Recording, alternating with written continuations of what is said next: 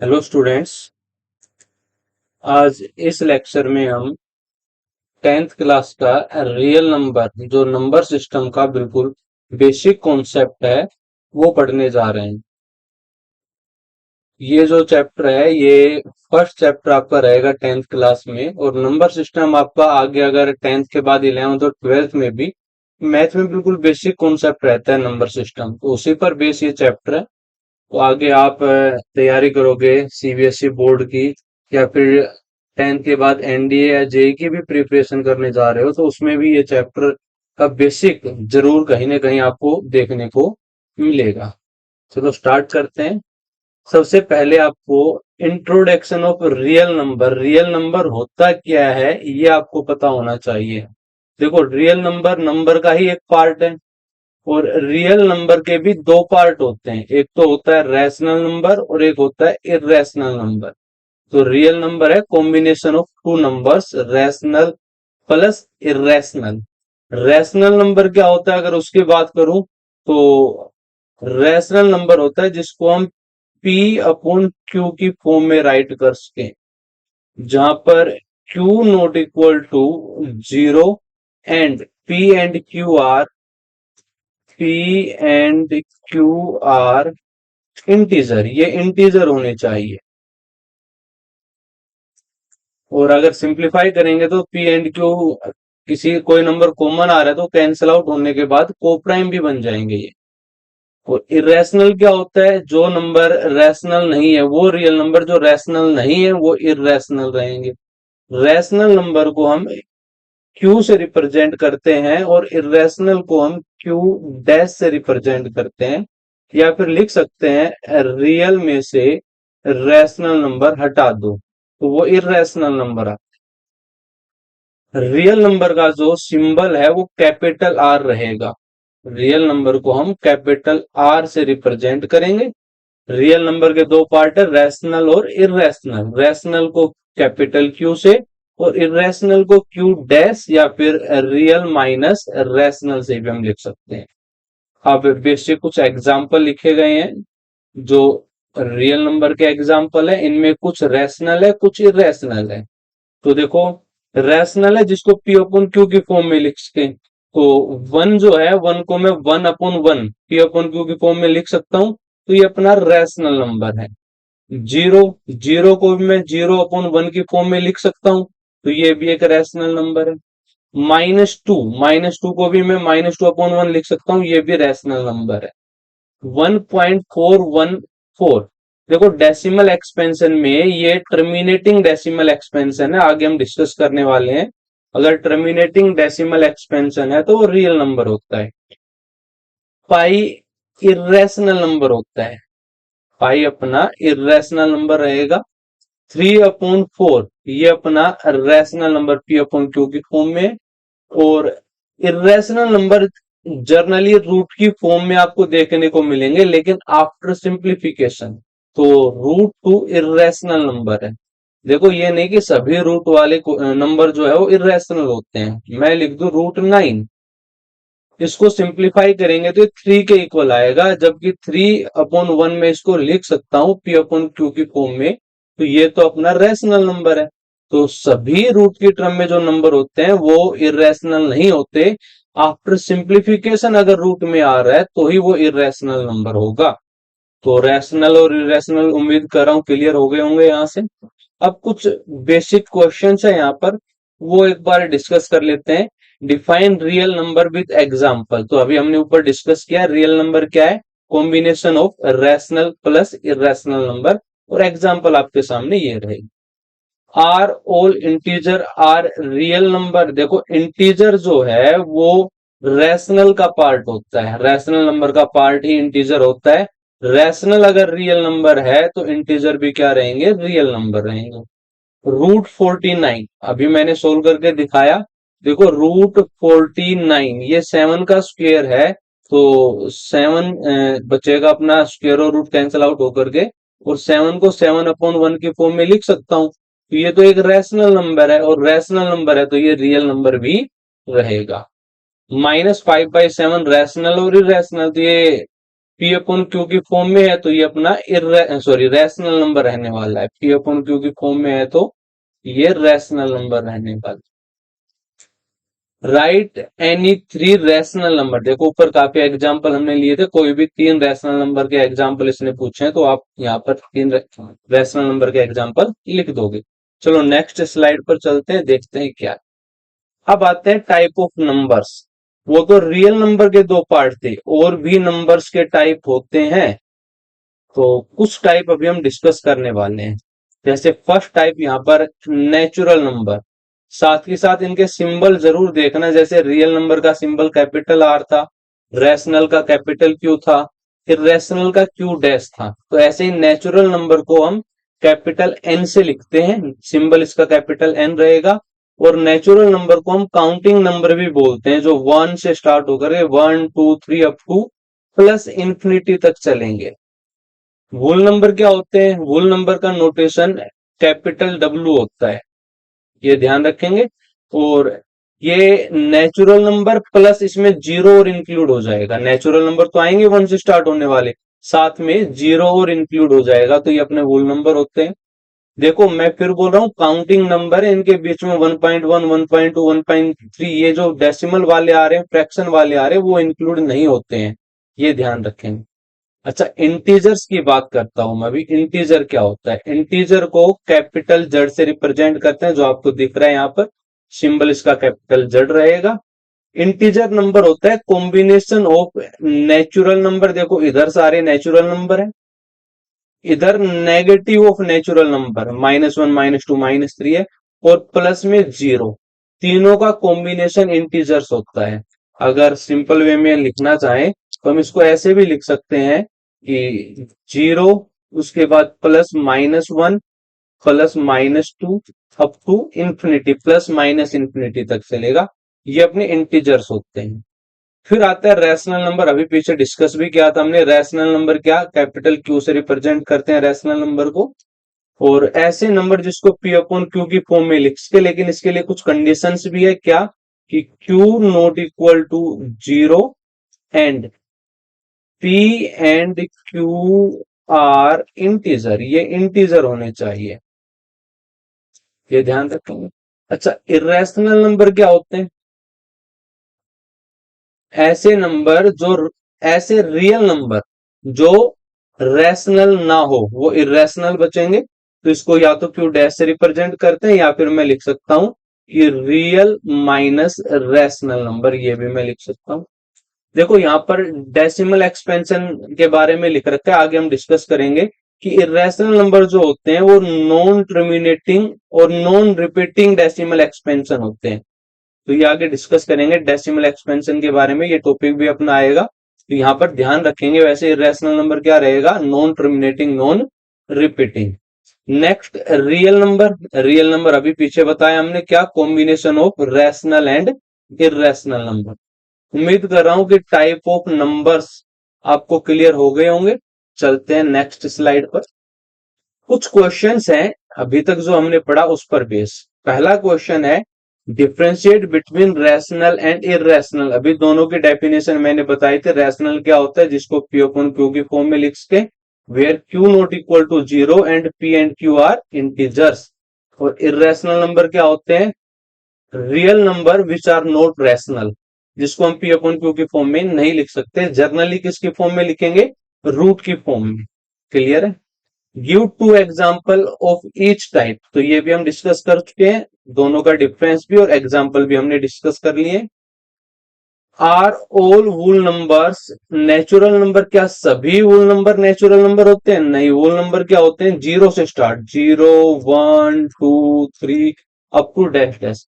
और natural number क्या बताए? 1 2 3 अप टू डैश डैश। तो क्या सभी होल नंबर नेचुरल नंबर है? नहीं, जीरो जो है वो नेचुरल नंबर नहीं है। तो ये रॉन्ग स्टेटमेंट है, ये स्टेटमेंट रॉन्ग है। हाँ इसका रिवर्स अगर हम बात करें कि every natural number is a whole number, वो ट्रू रहता, क्योंकि जितने भी नेचुरल नंबर है वो सारे होल नंबर में इंक्लूड होते हैं। चलो नेक्स्ट स्लाइड पर चलते हैं। नेक्स्ट जो फर्स्ट थ्योरम आती है इसमें अपना फर्स्ट चैप्टर में, वो है फंडामेंटल थ्योरम ऑफ अर्थमेटिक। इसको डिस्कस करेंगे हम। फंडामेंटल थ्योरम ऑफ अर्थमेटिक क्या रहेगा, देखते हैं। देखो, नंबर, प्राइम नंबर और कंपोजिट नंबर ये आप लोगों ने पढ़े होंगे। प्राइम नंबर क्या होते हैं, जिसके दो फैक्टर बने, वन एंड इटसेल्फ। और कंपोजिट नंबर क्या रहेंगे, जिसका वन और इटसेल्फ के अलावा भी कोई फैक्टर बने। जैसे प्राइम नंबर की बात करें, प्राइम नंबर कौन कौन से होते हैं, देखो, one neither prime nor composite, ये याद रखेंगे। तो प्राइम नंबर, सबसे छोटा प्राइम नंबर टू होता है, उसके बाद थ्री हो गया, फाइव हो गया, सेवन हो गया, एट के फैक्टर बनेंगे, नाइन के बनेंगे, टेन के बनेंगे, इलेवन हो गया, थर्टीन हो गया, सेवनटीन हो गया। ये सारे क्या है, प्राइम नंबर्स। तो कंपोजिट नंबर कौन से हैं वो लिख देते हैं हम। कंपोजिट नंबर, देखो, वन मैंने बताया ना प्राइम है ना composite, neither prime nor composite. तो वन ना प्राइम ना कंपोजिट, टू अपना प्राइम हो गया, थ्री अपना प्राइम हो गया। तो पहला जो स्मॉलेस्ट कंपोजिट नंबर है वो फोर आएगा। उसके बाद सिक्स, एट, नाइन, टेन, उसके बाद 12, 14, 15 up to dash dash dash. तो ये भी ध्यान रखोगे, स्मॉलेस्ट प्राइम नंबर टू होता है, स्मॉलेस्ट कंपोजिट नंबर फोर होता है। और one is neither prime nor composite है। One is neither prime and nor composite.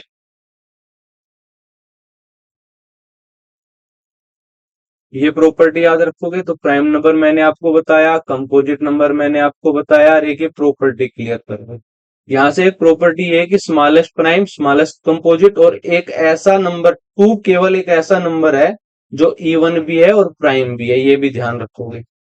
अच्छा, तो ये थ्योरम क्या कहती है कि जितने भी कंपोजिट नंबर है उसको हम प्राइम के प्रोडक्ट के रूप में लिख सकते हैं, प्राइम के प्रोडक्ट के रूप में लिख सकते हैं। और वो जो प्राइम की प्रोडक्ट आएगी वो यूनिक आएगी।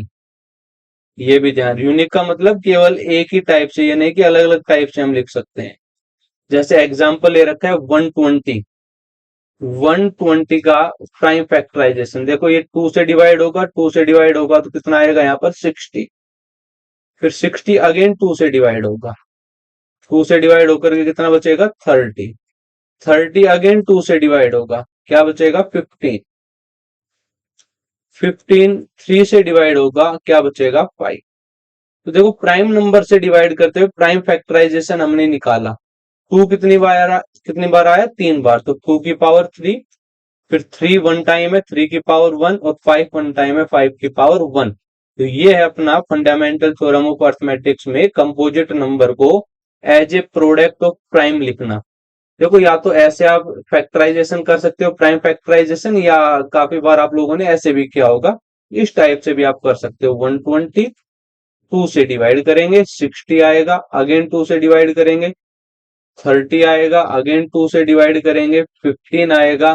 देखो, प्राइम नंबर से ही सबसे छोटा प्राइम नंबर अभी मैंने बताया टू, तो टू से हो रहा है तो टू से, अब टू से नहीं हो रहा तो थ्री पर चलेंगे। तो ये थ्री से हो रहा है तो थ्री से करेंगे तो क्या आएगा फाइव, और लास्ट में फाइव से करेंगे तो वन।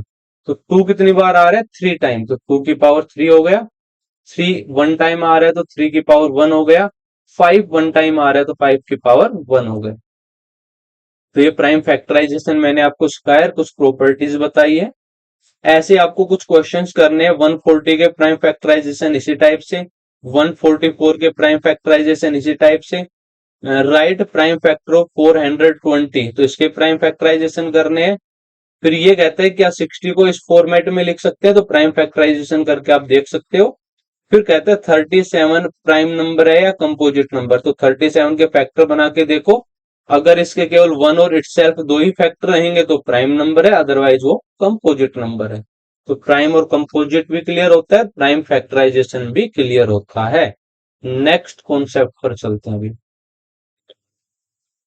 नेक्स्ट कॉन्सेप्ट है अपना कि प्राइम फैक्टराइजेशन अभी हमने सीखा, वो यूज कहाँ होता है। तो हमारे सिलेबस में जो है वो प्राइम फैक्टराइजेशन पर बेस एलसीएम और एचसीएफ निकालने का कॉन्सेप्ट है अपना।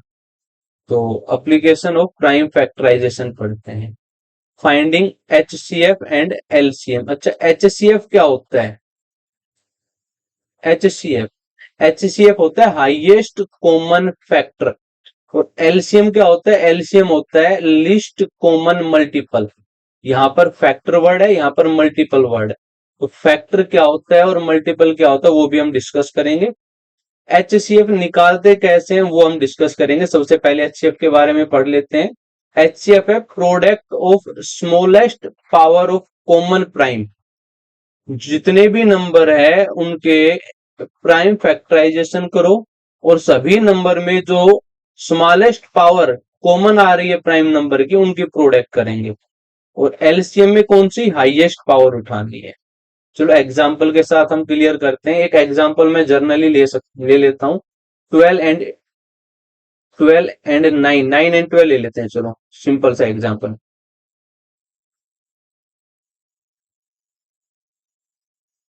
एलसीएम एंड एचसीएफ किसका? 9 और 12 का डिस्कस करेंगे। देखो सबसे पहले मैं फैक्टर से बात करता हूं, एचसीएफ हाईएस्ट कॉमन फैक्टर से। तो एचसीएफ निकालना सीख रहा हूं, पहले मैं सिखा रहा हूं एचसीएफ कैसे निकालूं। एचसीएफ, तो एचसीएफ अगर हमें निकालना है तो 9 के फैक्टर लिखने पड़ेंगे, 12 के फैक्टर लिखने पड़ेंगे। तो 9 के फैक्टर क्या क्या आ जाएंगे? 9 किस किस से डिवाइड हो जाएगा? 3 से हो जाएगा, इंटू, देखो 3 से हो जाएगा, वन वन से भी, वन वन तो यहाँ लेंगे नहीं क्योंकि वन अपना प्राइम नंबर नहीं आता। तो प्राइम फैक्टराइजेशन में देखते हैं किन किन प्राइम नंबर से हो जाएगा ये। तो 3 से हो जाएगा और 9 से हो जाएगा। ऐसे ही 12 देखते हैं, 12 किस किस से हो जाएगा? 2 से, 3 से, 4 से, 6 से और 12 से। तो 9 के फैक्टर क्या क्या है? 3 और 9। और 12 के फैक्टर क्या क्या है? 2, 3, 4, 6 और 12। देखो नाम से क्लियर है, हाईएस्ट कॉमन फैक्टर। तो इनमें सबसे बड़ा कॉमन फैक्टर कौन सा आ रहा है? देखो यहाँ पर 3 है और यहाँ पर भी क्या है? 3 है। दोनों के फैक्टर में 3 आ रहा है। तो इसका इन दोनों का एचसीएफ जो है, एचसीएफ जो है वो 3 आएगा। वैसे अगर 1 लेना चाहे तो ले सकते हैं, लेकिन फिर वो हाईएस्ट नहीं आएगा, 1 लेना पड़ेगा यहाँ पर, क्योंकि फैक्टर की बात कर रहे हैं हम, प्राइम नंबर की बात नहीं कर रहे हैं। तो फैक्टर में तो 1 भी आएगा। तो 1 से बड़ा नंबर 3 है, तो हमें तो हाईएस्ट वाला उठाना है। तो हाईएस्ट फैक्टर कितना आ गया अपना? 3 आ गया। तो एचसीएफ इसका 3 आ जाएगा। ऐसे अगर मैं एलसीएम की बात करूं तो, अगर हम एलसीएम की बात करें तो एलसीएम में क्या है? Least common multiple. देखो फैक्टर तो मैंने बताया कि 9 किस किस से डिवाइड हो जाएगा वो लिख दिए, 12 किस किस से डिवाइड हो जाएगा वो लिख दिए। एलसीएम में मल्टीपल लिखने हैं, तो ध्यान से सीखेंगे हम। सबसे पहले 9 के मल्टीपल लिखते हैं। तो 9 के मल्टीपल क्या क्या आएंगे? तो 9 के टेबल में 9 हो गया, 18 हो गया, 27 हो गया, 36 हो गया, 45 हो गया, अप टू डैश डैश। ऐसे 12 का देखते हैं हम। 12 में 12 हो गया, 24 हो गया, 36 हो गया, 48 हो गया, अप टू डैश डैश। अब देखो लिस्ट कॉमन मल्टीपल, इसके मल्टीपल लिख दिए, इसके मल्टीपल हमने लिख दिए। सबसे छोटा और कॉमन मल्टीपल कौन सा आ रहा है? देखो सबसे पहले सबसे छोटा जो कॉमन आया वो 36 आया है इसमें। देखो आगे चलेंगे मल्टीपल में तो और भी कॉमन आएंगे, लेकिन हमें तो लिस्ट उठाना है। तो एलसीएम क्या आएगा इसका? इसका एलसीएम आने वाला है बेटा जी 36। एक तो तरीका ये है एलसीएम और एचसीएफ निकालने का, लेकिन ये मेथड हम यूज नहीं करेंगे। एक मेथड तो ये है जो इनकी डेफिनेशन है, फुल फॉर्म है, उस पर बेस। फिर से एक बार रिपीट कर देता हूं। एचसीएफ का मतलब है हाईएस्ट कॉमन फैक्टर। तो मैंने एक एग्जांपल लिया किसका? 9 का और 12 का। तो 9 के फैक्टर लिखने थे, तो 9 किस किस से डिवाइड हो जाएगा? हमने लिखे 1 से हो गया, 3 से हो गया, 9 से हो गया। ऐसे 12 के फैक्टर 12 किस किस से डिवाइड होगा? 1 से हो जाएगा डिवाइड, 2 से भी डिवाइड हो जाएगा, 3 से भी हो जाएगा, 4 से भी हो जाएगा, 6 से हो जाएगा और 12। हमें तो लेना है हाईएस्ट, सबसे बड़ा कॉमन फैक्टर। तो 1 भी कॉमन है, 3 भी कॉमन है, तो हमें तो बड़े वाला फैक्टर उठाना है। तो एचसीएफ आ गया अपने पास 3। ऐसे एलसीएम की बात करें तो एलसीएम में क्या उठाना है? List common multiple. तो क्या किया हमने? 9 के मल्टीपल लिखने स्टार्ट किए और 12 के। 9 के मल्टीपल क्या आएंगे? 9, 18, 27, 9 की टेबल में जो जो नंबर आ रहे हैं वो, ऐसे 12 के मल्टीपल लिखे। हमें तो इन सभी मल्टीपल में से कौन सा उठाना है, लिस्ट कॉमन मल्टीपल। तो सबसे छोटा कॉमन मल्टीपल 36 है, तो एलसीएम कितना आ गया, 36। देखो एक तरीका तो ये हो गया अपना, और दूसरा तरीका और निकाल लेते हैं हम, एलसीएम और एचसीएफ निकाल के। नेक्स्ट एक एम्प्टी स्लाइड हम ले लेते हैं, वेट करेंगे एक मिनट। नेक्स्ट स्लाइड से हम डिस्कस करते हैं दूसरा मेथड अपना। देखो 9 और 12 नहीं, अब जो क्वेश्चन थे उनके वो एग्जांपल में लेते हैं हम। जो एग्जांपल 24 और 36 का दे रखा था, ये उठाते हैं एलसीएम और एचसीएफ। तो क्या करना है हमें, एक बार एलसीएम निकालना है और एक बार एचसीएफ निकालना है। किसका निकालना है, 24 और 36, 24 एंड 36 इन दोनों का, यूजिंग प्राइम फैक्टराइजेशन। इस बार हम प्राइम फैक्टराइजेशन से जाएंगे। तो 24 के प्राइम फैक्टर में यहां लिखना स्टार्ट करता हूं। 24 के प्राइम, देखो मल्टीपल और फैक्टर से मैंने अभी समझा दिया, वो अपने आप चेक कर लोगे। मैं अब प्राइम फैक्टराइजेशन से कर रहा हूं। 2 से डिवाइड होगा 12 आएगा, 3 से डिवाइड होगा, सॉरी 2 से भी अगेन डिवाइड हो रहा है, 2 से डिवाइड होगा। देखो जब तक स्मॉलेस्ट प्राइम नंबर से डिवाइड होता है तो उसी से करोगे। 2 से 6, अगेन 2 से डिवाइड हो रहा है ये 3, अब 3 से डिवाइड होगा 1 आ जाएगा। ऐसे ही 36 के प्राइम फैक्टराइजेशन हम करते हैं। 2 से डिवाइड होगा तो ये 18 आएगा, अगेन 2 से डिवाइड होगा 9 आएगा, 3 से डिवाइड होगा 3 बचेगा, और अगेन 3 से डिवाइड होकर के 1 आएगा। तो 24 के प्राइम फैक्टराइजेशन क्या क्या हो गए वो लिखते हैं। देखो 2 कितनी बार आया, 3 टाइम, तो 2 की पावर 3 आया इंटू 3 की पावर 1 आया। अब मैं बात करता हूं 36 के प्राइम फैक्टराइजेशन। तो 2 की पावर 2 आया है, देखो 2 बार आया है 2, 3 भी 2 बार आया है, तो इंटू 3 की पावर 2। अब देखो अभी जो पीछे हमने मेथड पढ़ा था उस पर आते हैं। एचसीएफ क्या रहेगा, प्रोडक्ट, किन की product, smallest power of common prime, common prime की जो स्मॉलेस्ट पावर है वो।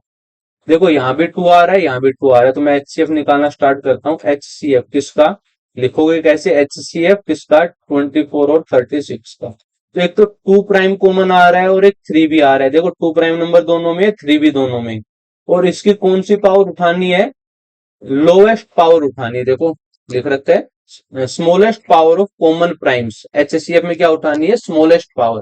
तो यहाँ पावर 3 है, यहाँ 2 पावर है, तो स्मॉलेस्ट पावर 2 आ जाएगी। यहाँ पावर 1 है, यहाँ पावर 2 है, तो 1 पावर आ जाएगी। 2 की पावर 2 4 हो गया इंटू 3, तो अपना 12 एचसीएफ आ गया इन दोनों नंबर्स का। अगर मैं एलसीएम की बात करूं तो किसका एलसीएम, 24 और 36 का क्या आएगा, वही जो प्राइम नंबर है 2 है और 3 है, इसकी lowest power, sorry highest power. Lowest power कहां उठानी थी, एचसीएफ में, अभी एलसीएम निकाल रहे हैं। तो हाईएस्ट पावर कितनी है, यहाँ पर 3 है, 2 की पावर 3, और 3 की पावर हाईएस्ट कितनी है, 2। तो कितना आ जाएगा, 2 की पावर 3 अपना 8 हो जाएगा, और 3 की पावर 2 9 हो जाएगा, 72 एलसीएम। तो दो मेथड मैंने अभी आपको क्लियर करवाए हैं। एक तो जो एलसीएम और एचसीएफ की फुल फॉर्म होती है हाईएस्ट कॉमन फैक्टर, तो दोनों नंबर के फैक्टर लिखे, और जो हाईएस्ट कॉमन फैक्टर आ रहा है वो एचसीएफ हो जाएगा। दूसरा एलसीएम में लिस्ट कॉमन मल्टीपल, दोनों नंबर के मल्टीपल लिखे और सबसे छोटा कॉमन मल्टीपल जो आ रहा है वो एलसीएम आ जाएगा। दूसरा तरीका क्या बताया, प्राइम फैक्टराइजेशन से। 24 के प्राइम फैक्टराइजेशन की है, 36 के प्राइम फैक्टराइजेशन की है। अगर एचसीएफ निकालना है तो जो कॉमन प्राइम नंबर है उनकी लोवेस्ट पावर उठा लो, और एलसीएम निकालना है तो जो कॉमन प्राइम नंबर है उनकी हाईएस्ट पावर आप उठा लोगे, तो एलसीएम आ जाएगा। चलो अब कुछ क्वेश्चन जो है वो अपने आप प्रैक्टिस करोगे अभी। एचसीएफ निकालना है किसका, 56 और 72 का, दोनों तरीके से प्रैक्टिस कर लेना। सेकंड में 135 और 225 का एलसीएम और एचसीएफ निकालने, देखो दोनों निकालने हैं, एचसीएफ पूछा गया, आप दोनों निकाल लेना। प्रूव दैट एचसीएफ, अच्छा ये एक इंपॉर्टेंट प्रॉपर्टी है। क्या प्रॉपर्टी है कि एचसीएफ जो है वो जो नंबर दे रखे दोनों को डिवाइड कर देगा। HCF of two number divides both. देखो HCF3 आया तो 3 9 को भी डिवाइड करेगा और 12 को भी डिवाइड करेगा, ये ध्यान रखेंगे। यहाँ पर HCF कितना है 12, 12 24 को भी डिवाइड करेगा और 36 को भी डिवाइड करेगा, तो ये प्रॉपर्टी भी आप याद रखोगे। आगे चलते हैं। अब कहते हैं एक important relationship between LCM and HCF. दो नंबर का एलसीएम और एचसीएफ के बीच में एक इंपॉर्टेंट रिलेशन है, वो है क्या? वो है कि एलसीएम और एचसीएफ की जो प्रोडक्ट है, एलसीएम और एचसीएफ की जो प्रोडक्ट है, वो उन दोनों नंबर की प्रोडक्ट के इक्वल आएगा। जैसे पीछे वाले को ये कुछ ट्राई करोगे, मैं पीछे वाला क्वेश्चन जो सोल्व कराया था उसी का यूज कर लेता हूं। यहाँ पर फर्स्ट नंबर 24 था, सेकंड नंबर 36 था, तो आप सोल्व करोगे यहाँ पर कि एलसीएम कितना, फर्स्ट नंबर 24 था, ए की वैल्यू मल्टीप्लाई बी, बी की वैल्यू 36 है, किसके इक्वल आना चाहिए? LCM into HCF. एलसीएम कितना आया है? एलसीएम अपने पास आया है 72, एलसीएम आया 72 और एचसीएफ आया है 12, तो इनकी प्रोडक्ट करना और इनकी प्रोडक्ट करना सेम आएगा, तो ये प्रॉपर्टी वेरीफाई करोगे। एक बार 18 और 48 का एचसीएफ और एलसीएम निकालो और दोनों नंबर की प्रोडक्ट बराबर आनी चाहिए एलसीएम इंटू एचसीएफ। अगर नहीं आ रहा तो आपने कहीं ना कहीं मिस्टेक की है, दोबारा देखोगे। ऐसे फर्स्ट क्वेश्चन सोल्व आउट करना है, एलसीएम और एचसीएफ निकालना है, और सेकंड क्वेश्चन में इन दोनों की प्रॉपर्टी वेरीफाई करनी है। थर्ड क्वेश्चन में 3 नंबर का एचसीएफ निकालना है, फोर्थ में 3 नंबर का एलसीएम निकालना है। और ध्यान से सुन लो, ये एलसीएम और एचसीएफ की जो प्रॉपर्टी है केवल 2 नंबर पर ही अप्लीकेबल है। यहाँ पर 3 नंबर है तो ये प्रॉपर्टी अप्लीकेबल नहीं है। यहाँ पर केवल एचसीएफ निकाल के दिखाना है आपको यूजिंग प्राइम फैक्टराइजेशन। फोर्थ में एलसीएम निकालना है यूजिंग प्राइम फैक्टराइजेशन। अच्छा, एलसीएम और एचसीएफ में डिफरेंस क्या है? अभी क्लियर किया कि एचसीएफ क्या होता है? हाईएस्ट कॉमन फैक्टर, और एलसीएम क्या होता है? Least common multiple. इनके डेफिनेशन से इनका डिफरेंस भी आप बता सकते हो। नेक्स्ट स्लाइड पर चलते हैं, कुछ क्वेश्चंस और हैं। यहाँ पर भी ये दो नंबर है 8 और 12, इसमें प्रॉपर्टी ही वेरीफाई करनी है एलसीएम एचसीएफ निकाल के कि एलसीएम मल्टीप्लाई एचसीएफ किसके इक्वल आना चाहिए? First number multiply second number, ये प्रॉपर्टी वेरीफाई करोगे आप।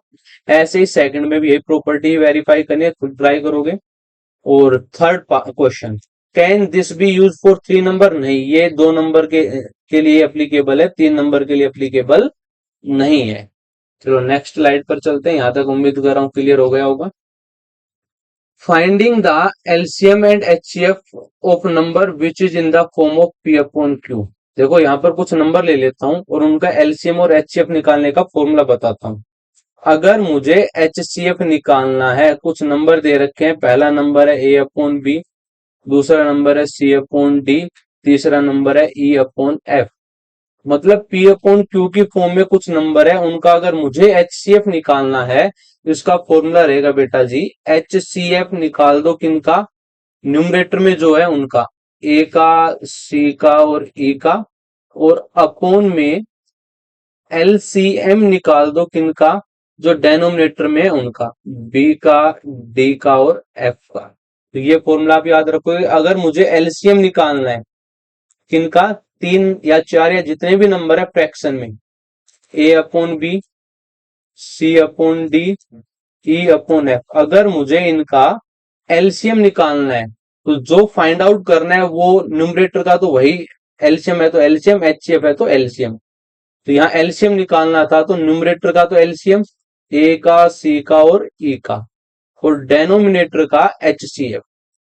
एचसीएफ किसका? बी का, डी का और एफ का। तो ये प्रॉपर्टी इंपॉर्टेंट है, इस टाइप का क्वेश्चन आपका बन सकता है, तो ये भी आप ध्यान रखोगे और सोल्व आउट करोगे इनको। क्वेश्चंस करवाएंगे तब ऐसे क्वेश्चन आपको देखने को मिलेंगे, सॉरी, ऐसे क्वेश्चन आपको उस टाइम देखने को मिलेंगे। तो ये फॉर्मूला आप याद रखोगे तो क्वेश्चन इजीली सोल्व कर सकते हो, नहीं वो सोल्व करने में आप लोगों को दिक्कत आएगी। आगे चलते हैं, next slide.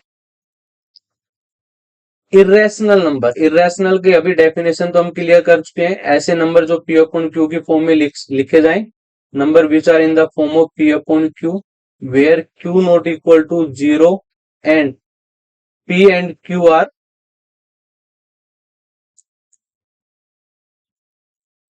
P and Q are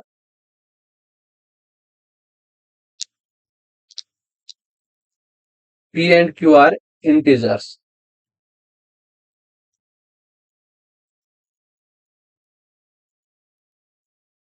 तो सुनो ध्यान से, अब कुछ एग्जांपल है इरेशनल नंबर के। रूट टू एक इरेशनल नंबर है। रूट सॉरी, ये इरेशनल रैशनल की डेफिनेशन लिख दी यहाँ पर, जो पी अपन क्यू की फॉर्म में ना लिखे जाएं। ये रैशनल की डेफिनेशन यहाँ लिख दी थी। इरेशनल नंबर क्या रहते हैं अभी बताता हूँ। इरेशनल नंबर क्या रहेंगे? रियल नंबर में से जो रैशनल नंबर हम माइनस कर देंगे, और इरेशनल को हम, सॉरी, क्यू डैश से, इरेशनल को हम किससे लिखते हैं? क्यू डैश से। तो ये अपना इरेशनल नंबर रहेगा। तो देखो यहाँ पर ये इंपॉर्टेंट क्वेश्चन है, सीबीएसई बोर्ड में काफी बार पूछा जाता है ये क्वेश्चन कि प्रूव करो रूट टू जो है वो एक इरेशनल नंबर है। तो ये हम सोल्व आउट करते हैं। इंपॉर्टेंट क्वेश्चन है, तो एक एम्प्टी स्लाइड हम ले लेते हैं, वहां पर इसको सोल्व करके दिखा रहा हूँ।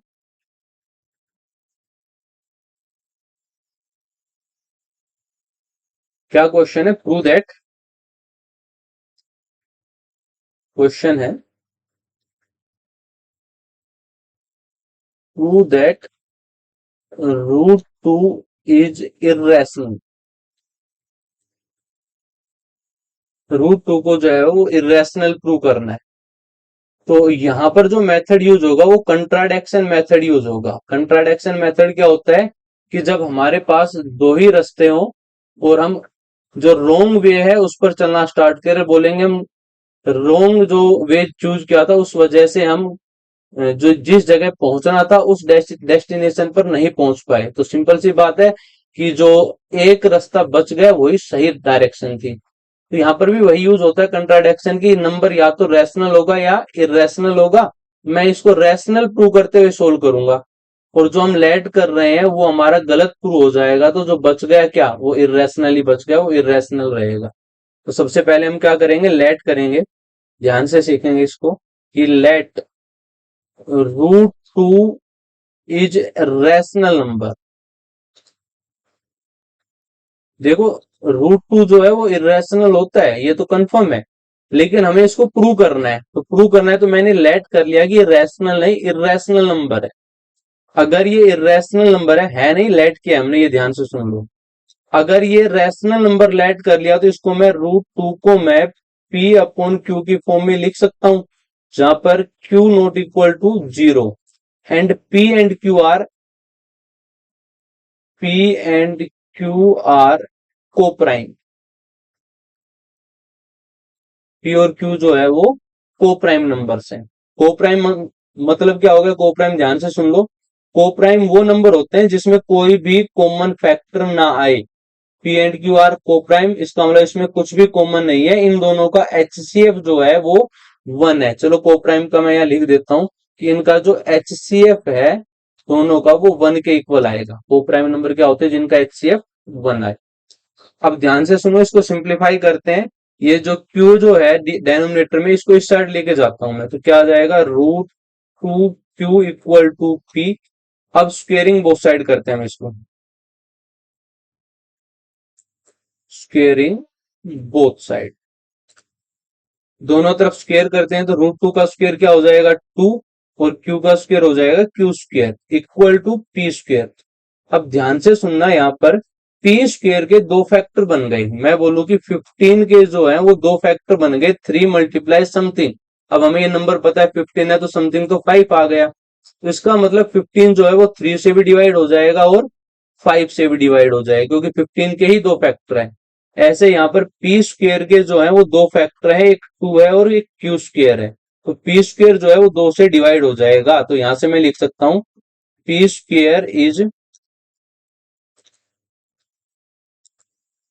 Divisible by two. P square जो है वो टू से डिवाइड हो जाएगा।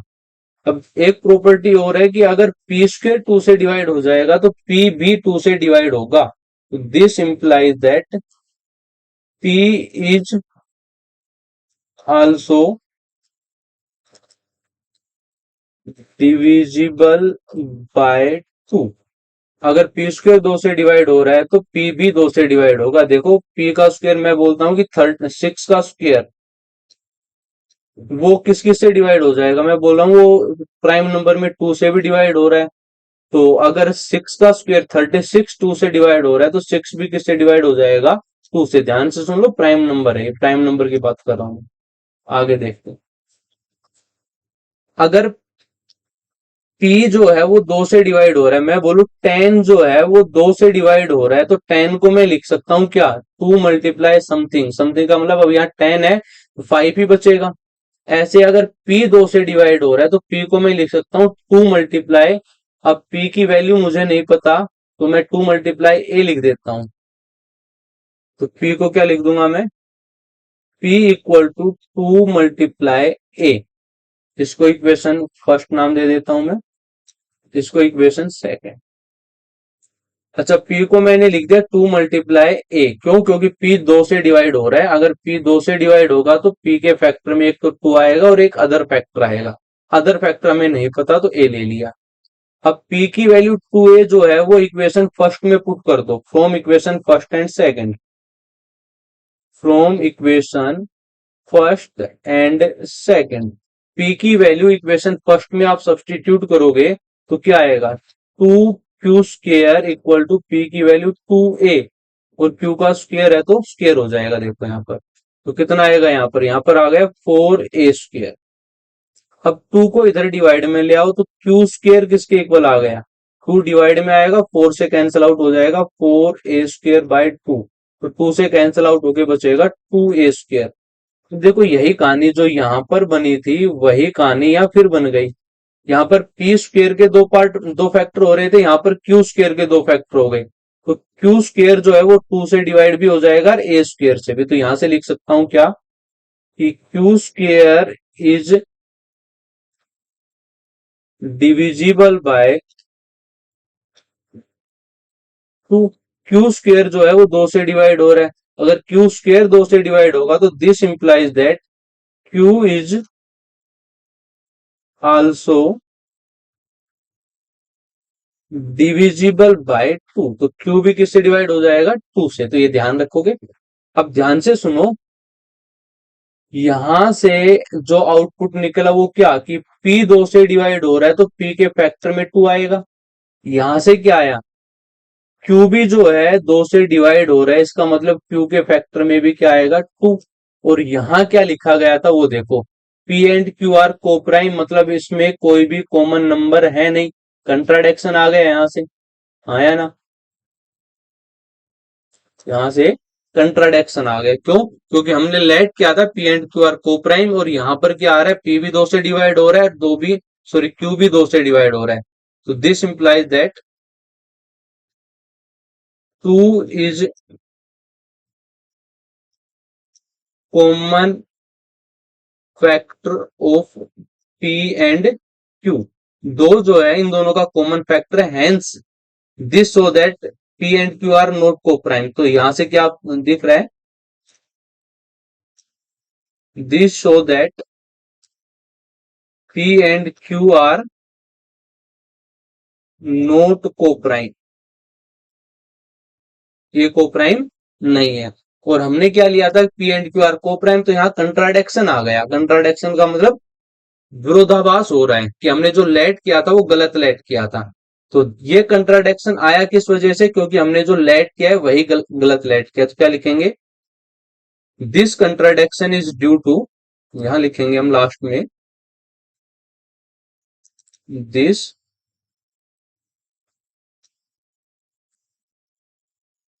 contradiction is due to our incorrect assumption।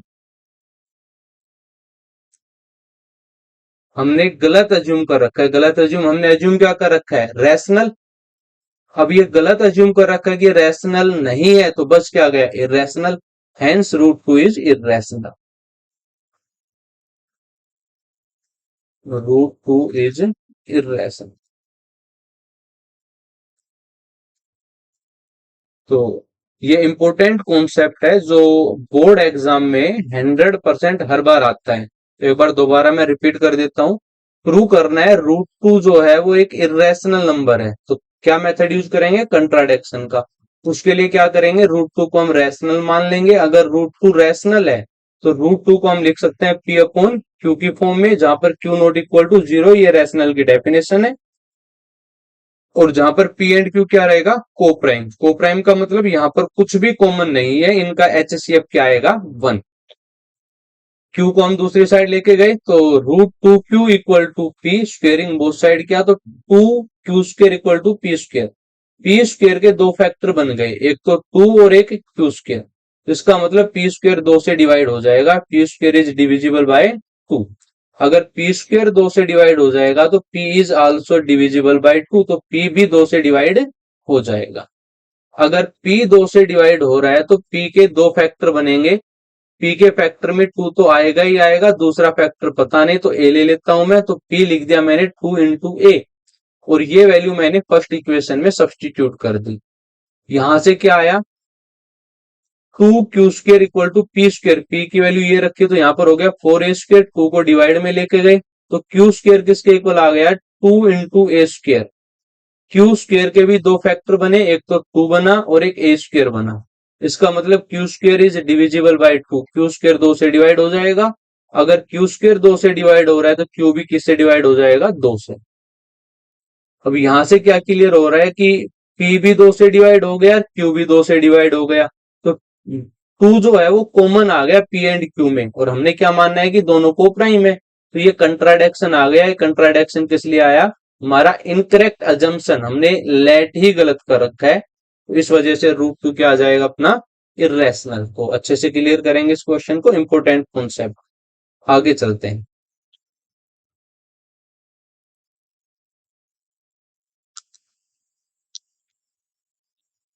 Next, rationalisation the denominator. देखो रैशनलाइजेशन कैसे करते हैं उस पर आते हैं हम। क्या है, जो भी डेनोमिनेटर है उसके कंजुगेट से मल्टीप्लाई और डिवाइड कर देते हैं। जैसे ये एग्जांपल है, इसको मैं सोल्व करके दिखा रहा हूं, क्वेश्चन अपनी तरफ से सोल्व करोगे। यहाँ है one upon three plus root two. तो रैशनलाइजेशन करने के लिए डेनोमिनेटर का अगर रैशनलाइजेशन करना है तो डेनोमिनेटर में जो नंबर प्रेजेंट है उसके बीच का साइन चेंज करो, कंजुगेट लो उसका।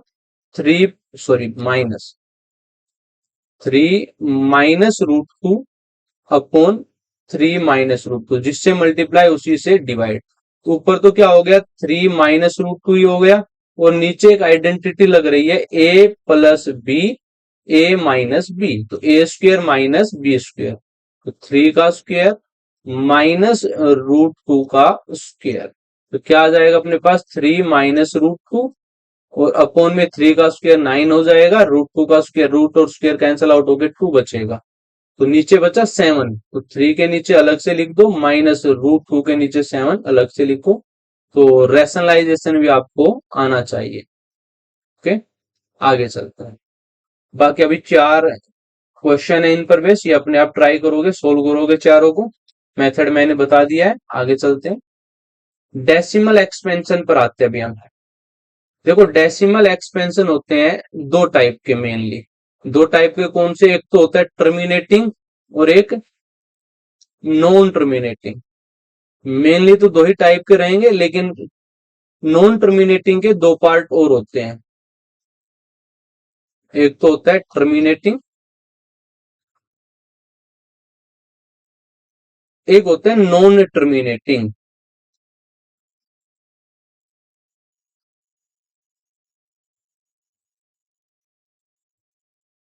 एक टर्मिनेटिंग और एक नॉन टर्मिनेटिंग। नॉन टर्मिनेटिंग में भी दो पार्ट होते हैं, नॉन टर्मिनेटिंग प्लस रिपीटिंग और non terminating plus non repeating.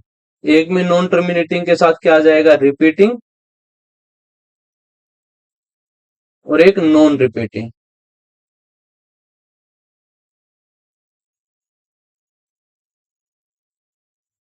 देखो रिपीटिंग की जगह रिक्यूरिंग भी वर्ड यूज करता है काफी बार, वो भी ध्यान रखेंगे।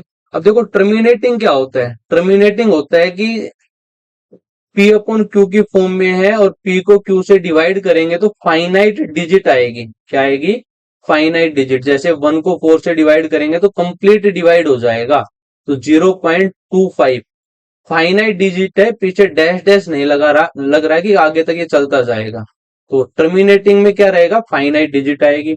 नॉन टर्मिनेटिंग में क्या रहेगा कि फाइनाइट डिजिट नहीं आएगी, बार बार रिपीट होता रहेगा। सॉरी, नॉन टर्मिनेटिंग में क्या रहेगा? डिवाइड होता रहेगा आगे। अब नॉन टर्मिनेटिंग में भी दो पार्ट है, नॉन टर्मिनेटिंग के साथ रिपीटिंग है, तो ये है नॉन टर्मिनेटिंग रिपीटिंग वाला। इसमें क्या रहेगा? कंप्लीट डिवाइड तो नहीं होगा, लेकिन डिवाइड करने पर नंबर रिपीट होना स्टार्ट हो जाएगा। जैसे यहाँ पर 3 रिपीट होना स्टार्ट हो रहा है, तो या तो इसको 0.333 up to dash dash dash लिखेंगे, या फिर इसको आपको लिखना है 0.3 और 3 के ऊपर बार लगा देना है। जहां बार लगा दिया इसका मतलब यहां से रिपीट होना स्टार्ट हो जाएगा। नॉन टर्मिनेटिंग नॉन रिपीटिंग में क्या है कि यहां पर ना तो कंप्लीट डिवाइड होगा और ना क्रम रिपीट होना स्टार्ट होगी, तो क्या इंक्रीजिंग ऑर्डर में दिखाई देगी। जैसे मैं एग्जांपल लिखना चाहूं तो 2.15 155 1555, देखो 5 इंक्रीज हो रहा है, एक बार दो बार तीन बार up to dash dash dash, पीछे डैश डैश लगा दिखाई देगा। तो ये है नॉन टर्मिनेटिंग रिपीटिंग वाली फॉर्म। हाँ, ये इंपॉर्टेंट प्रॉपर्टी है, ध्यान से याद रखेंगे। क्या कि अगर टर्मिनेटिंग डेसिमल एक्सपेंशन है, अगर टर्मिनेटिंग है तो डेनोमिनेटर जो है वो पी अपॉन क्यू की फॉर्म में मिलेगा। सॉरी, 2 की पावर n और 5 की पावर m की फॉर्म में उसके प्राइम फैक्टराइजेशन मिलेंगे। q जो है वो किस फॉर्मेट में मिलेगा? 2 की पावर n इंटू 5 की पावर m। ये ध्यान रखोगे। अगर डेनोमिनेटर में जो नंबर प्रेजेंट है वो अगर इस फॉर्मेट में लिखा जा रहा है तो कंफर्म वो टर्मिनेटिंग का रहेगा। चलो एग्जांपल देखते हैं, अभी आगे एग्जांपल आएंगे। जैसे क्वेश्चन है कि इसमें आइडेंटिफाई करना है कौन सा टर्मिनेटिंग है, कौन सा नॉन टर्मिनेटिंग रिपीटिंग है, कौन सा नॉन टर्मिनेटिंग नॉन रिपीटिंग है। अगर मैं बात करूं इसकी, तो यहां पर देखो ये फाइनाइट डिजिट है इसके अंदर, तो ये टर्मिनेटिंग वाला है, ये है टर्मिनेटिंग। यहां पर देखो फाइनाइट डिजिट नहीं है, डैश डैश चल रहा है और रिपीट भी होना स्टार्ट हो रहा है, तो ये नॉन टर्मिनेटिंग रिपीटिंग, ये है नॉन नॉन टर्मिनेटिंग के साथ रिपीटिंग भी है, क्योंकि 3 रिपीट होना स्टार्ट हो रहा है। और ये वाला जो है यहाँ पर रिपीट नहीं हो रहा, 0 इंक्रीज होता हुआ चल रहा है और डैश डैश भी लगा हुआ है, डैश लगा हुआ है, इसका मतलब नॉन टर्मिनेटिंग तो है ये, नॉन नॉन टर्मिनेटिंग। लेकिन नॉन टर्मिनेटिंग के साथ रिपीटिंग नहीं है, ये नॉन रिपीटिंग है, क्योंकि कोई नंबर रिपीट नहीं हो रहा।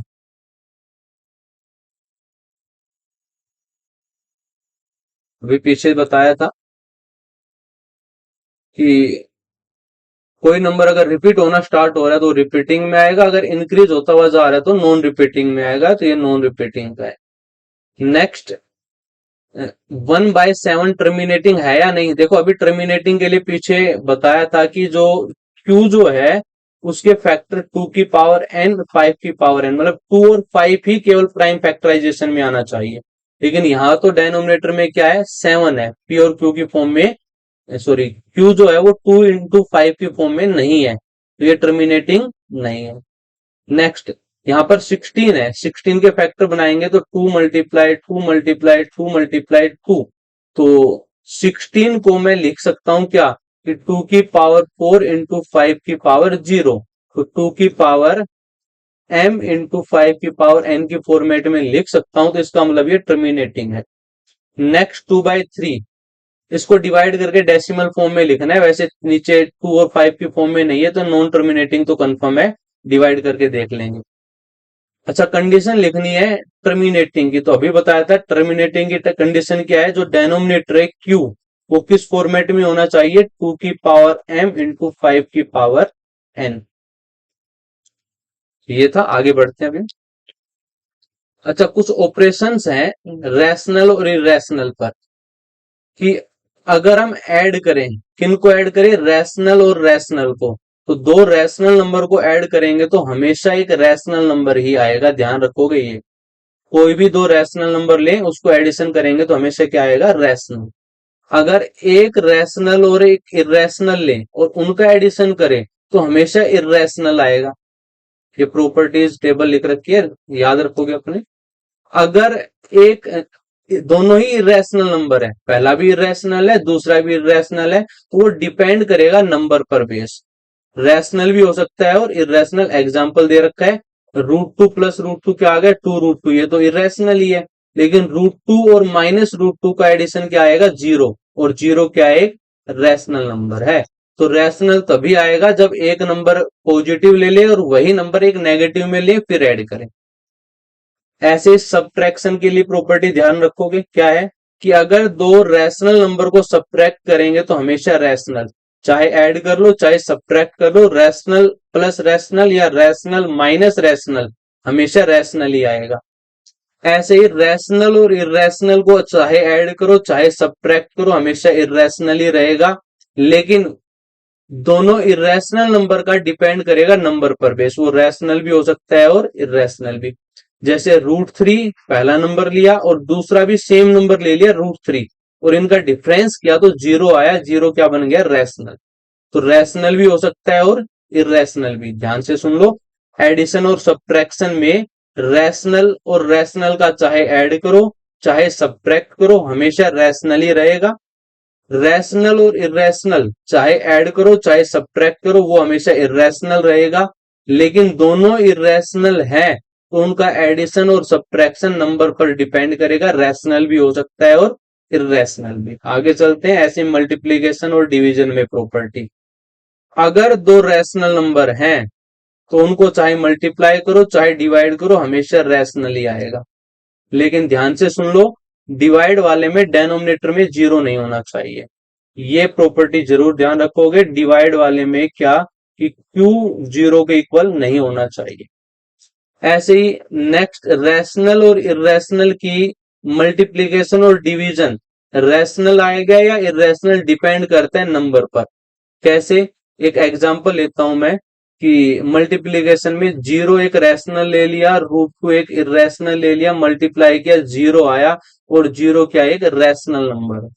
ऐसे ही एक 5 ले लेता हूं और एक मैं 2√2 ले लेता हूं। अब मल्टीप्लाई करेंगे 10√2, ये इरेशनल आया। तो डिपेंड करता है नंबर पर। अगर हम 0 इंक्लूड कर लेते, रैशनल को 0 ले लेते हैं, तो प्रोडक्ट एक रैशनल ही आएगा। 0 के अलावा एक रैशनल और एक इरेशनल की प्रोडक्ट हमेशा क्या आएगी, इरेशनल। ध्यान से सीखेंगे इसको।